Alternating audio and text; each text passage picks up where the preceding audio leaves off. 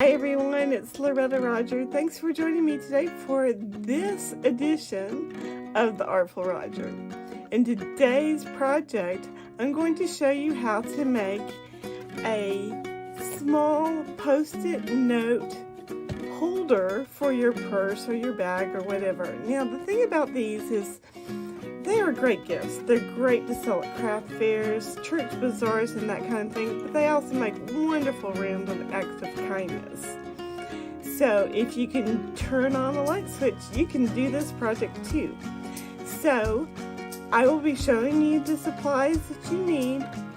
Chances are you're going to have the materials you need at home to make this project. So that makes it super easy and economical as well. Here are a few of the supplies we're going to need to make today's project. Please keep in mind a couple of these are very optional. A binding machine, some binding wires, a crocodile big bite punch. This is the 1/4 and 1/2 inch corner rounders. Some glue. This is just regular school glue. You'll also need some scissors. You'll also need some chipboard or some coasters. These measure 4 by 4 inches and they are cut from a cereal box. You will also be needing some sticky notes. You can buy these just about everywhere and they're not expensive at all. A paper trimmer. This is just the one that I bought from Hobby Lobby. And the last thing that you're going to really be needing for this project is some scrapbooking paper of your choice. This is from Echo Park and it's called My Favorite Summer. To prepare for this project, I went ahead and took the flaps off of my cereal box. Now I'm going to square up the edges and cut this down to 4 by 4 inches. We'll need 2 pieces of measure 4 by 4 inches. This particular piece of chipboard has already been squared up, so all I need to do is cut it down to size. I like to hold the material down using my non-dominant hand, so I'm going to turn it and cut it the other 4 inches.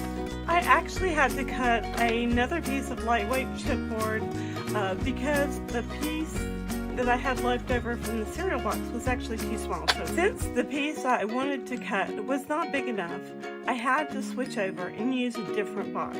In this case, it was a cracker box, and I just cut it down to 4 by 4 inches as well. While we have our paper trimmer out, we're also going to want to cut the scrapbook paper that we want to use for the front and back covers. I'm going to use this scatter pattern paper that's got all these fun ice cream popsicle type of things on it, and I'm going to cut 4 pieces of it to 4 by 4 inches once again.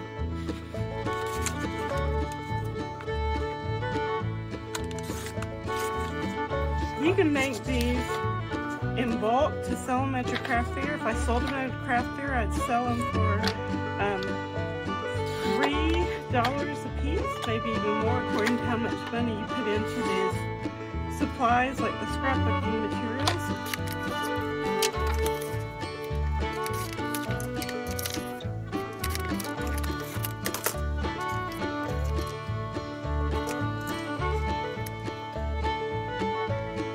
I'm going to use the 1/2 inch corner rounding edge. You just stick your paper in just like that. Hold it down and pinch it closed. Both pieces of the chipboard.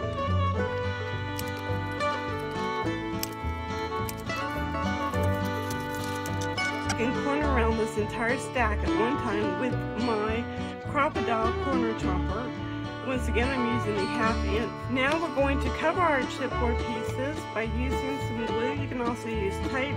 I prefer glue because you can get it a little bit more even.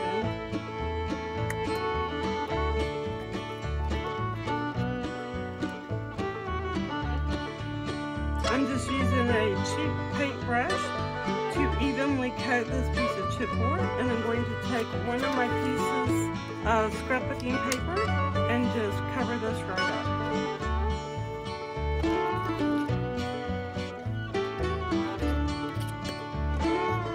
By using the paintbrush, reassure that the edges of this paper will most likely not come up during just normal use. Make sure it's down, and we're going to turn it over and cover the other side. In this case, I'm going to use the coordinating paper, the back side of the pattern that we just used. I'm just using a baby wipe to wipe off any excess glue, and we're going to repeat the process for the other piece. I'm going to put those aside to dry for just a minute. I'm going to use a rosette for the front of my little post-it note holder, and to start with, I'm just going to be using a die cut. This is from Ranger, but you can easily make this yourself by cutting a piece of paper, two pieces of paper that measure 12 by about 1 inch, and scoring that every ½ inch or so. I'm just going to put a tiny little bit of glue on one end to join these two pieces together. I've already decided I want this fun pinwheel design to be showing. I'm going to hold that into place for just a minute, and now we're going to accordion fold. Since this is already pre-scored, it makes the process pretty quick and easy.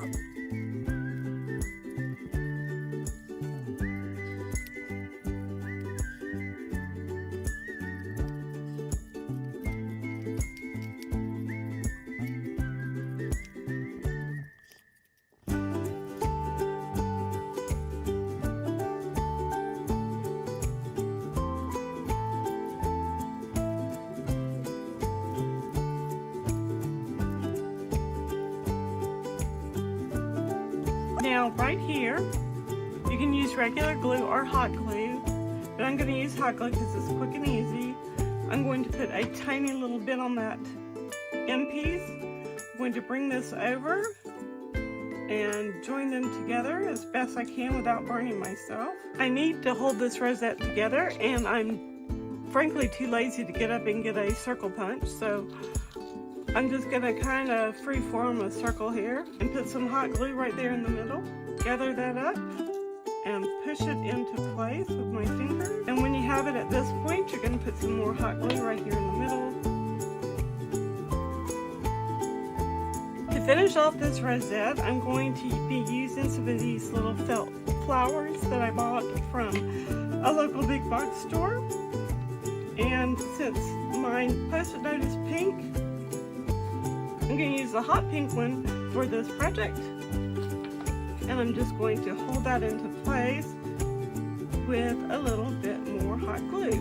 Now this does have a sticky back on it. You're going to want to remove that, otherwise it's just not going to stick very well. And push this down with your fingers, and just like that, that's finished. Now we're going to use this little guy as our binding aisle. Punch a binding for our project.